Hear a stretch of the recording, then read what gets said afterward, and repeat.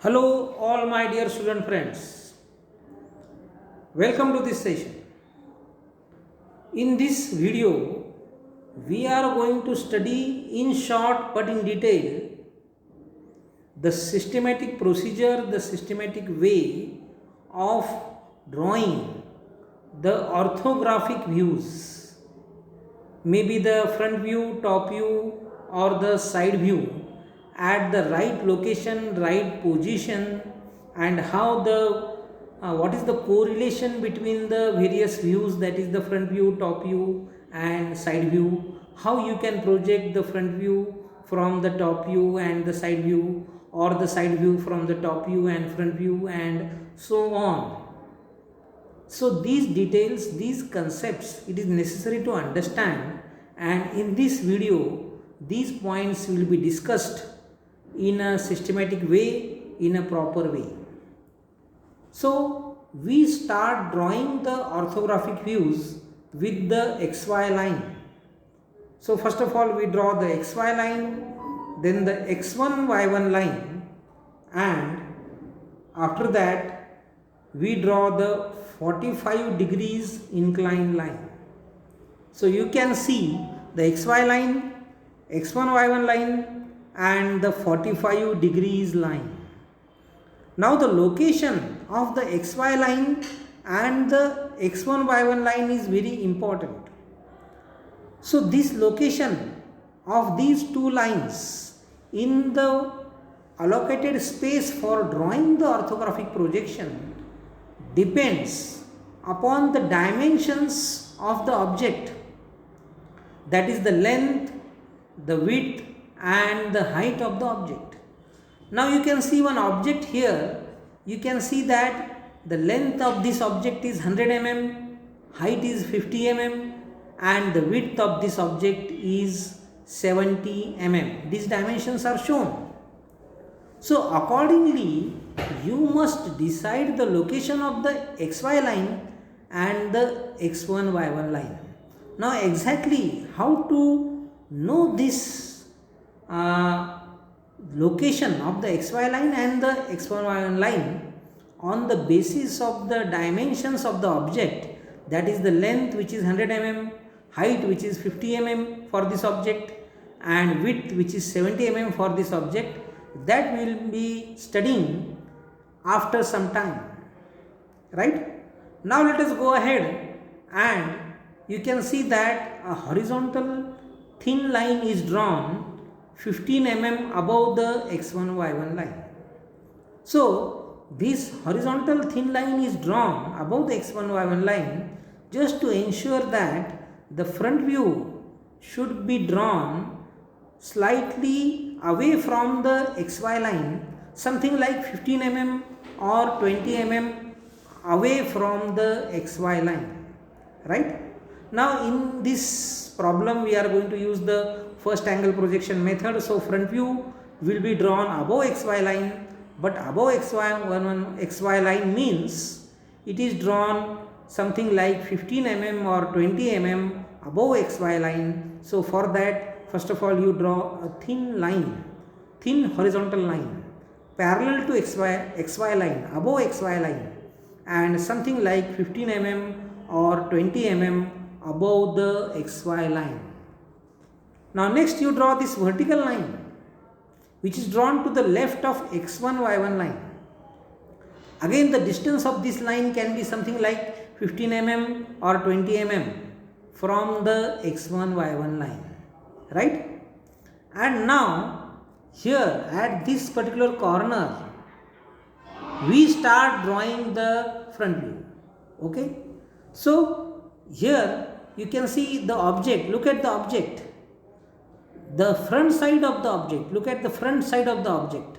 So you can see here that the front side of the object is there, but again before that you draw one more line. This vertical line is drawn. You can see this vertical line. Now this vertical line is also drawn 15 mm away from the X1 Y1 line, and it is drawn up to the 45 degrees inclined line, and then it is continued to the left side. So this left horizontal line is also 15 mm away from the xy line, because this inclined line, which is inclined at exactly at 45 degrees to the xy line, and therefore this distance is also 15 mm. Distance of this line from the xy line is also 15 mm. Okay. Now let us draw the front view.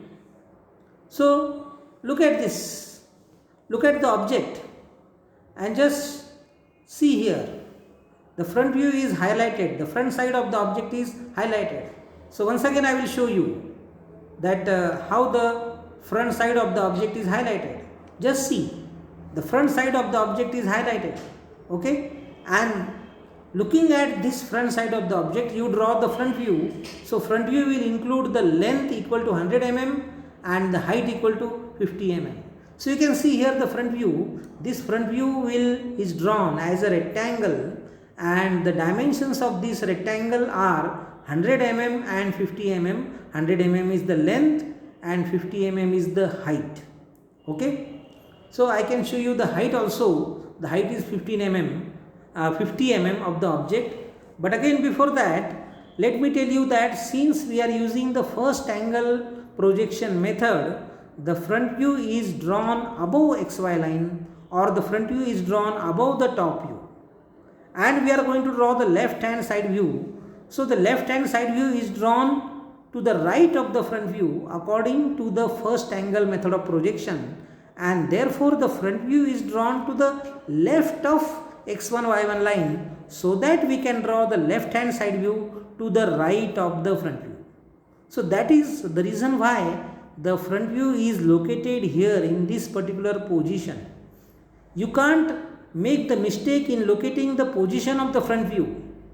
Then you have to draw the problem again. So locate the front view in the exact, at the proper place. Before that, we are talking about the location of the xy line and the x1 y1 line. Now you just see the front view and the xy line. So the distance between the front view, vertical distance between the front view and the xy line is something like 15 mm or 20 mm. Then you have to leave some space above front view. Then that may be something like 15 or 20 mm or 25 mm. And the height of the front view is, say, is 50 mm. That is also given. Height of the front view is 50 mm. Okay. Now since the height of the front view is 50 mm and some space like say 20 mm below, 20 mm above, so 50 plus 20 plus 20, something like 90 mm distance below the top border, you can draw the xy line. You can draw the xy line something like 90 mm or 80 mm below the top border of the sheet or of the space which is allocated to draw the orthographic views of this particular object. So in the same way, you should also locate the x1 y1 line. For that purpose, you should know what is the width of the object, that is 70 mm. So 70 plus 30 or 40 mm, that much distance you should leave from the right side, and then you draw the x1 y1 line, right? So that is some standard way of drawing or locating the xy line and the x1 y1 line. Now let us go ahead. The left hand side view is highlighted. Once again I will show the highlighting of the left hand side view. Left side of the object, left hand side of the object. So that is a rectangle, and the dimensions of this rectangle are 70 mm width and 50 mm height. So the left hand side view is drawn here like this. Okay. So the left hand side view is drawn exactly to the right of the front view. Okay. And it is not drawn slightly above or slightly below. Exactly at the same level you are drawing the left hand side view and the front view. And one thing is common between the front view and the side view is the height. So the height of the object is 50 mm. So you will find here that the height of the front view and the height of the left hand side view is same, and that is 50 mm, right? Now let us go ahead, let us try to project the other views, that is the top view from the left hand side view and the front view. So from the left hand side view, the projectors are drawn. So look at this projector, this vertical and horizontal. So first of all, vertical projector is drawn up to the 45 degrees line, and then from that point the horizontal projector is drawn, and you also draw the vertical projector. But before that, again, the left hand side view, the dimension, the width of the left hand side view is shown, that is 70 mm. So here you can see that 70 mm is the width of the left hand side view, that is the width of the object. So this dimension of the left hand side view is shown as 70 mm, because here you can see that the 70 mm is the width of the object. Okay. Now similarly 70 mm dimension is also shown here. So this dimension of the top view is also 70 mm, because this is projected from the left hand side view. So remember that this dimension in the left hand side view will be equal to this dimension in the top view, right? So this 70 mm is common with the left hand side view and the top view, and that 70 mm is nothing but width of the object, right? Now let us go ahead to draw the top view.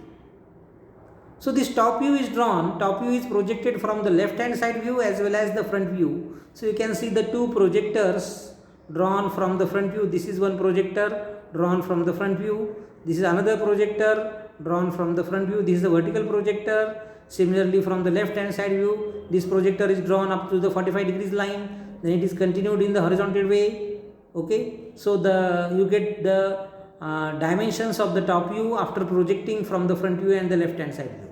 Similarly, you draw this projector from the left hand side view up to the 45 degrees line, and then it is continued to the left, so that you get the dimensions of the top view automatically through projections from the front view and the left hand side view, right? Now let us go ahead to see the common dimension between the front view and the top view. So you can see here this 100 mm is the length of the object, and that is common with the front view and the top view. So look at this dimension 100 mm. So this 100 mm dimension is common with the front view as well as the top view, that is the length of the object. So the front view will show you the length of the object and the height of the object, and this length 100 mm is common with the front view and the top view. This height 50 mm is common with the front view and the left hand side view, and this width 70 mm is common with the left hand side view and the top view, right? Here you can see the width of the top view, that is equal to the width of the object. So see the dimensions, various dimensions are covered in the various views. So each dimension is covered twice. The length is covered twice. It is covered in the front view and the top view 100 mm.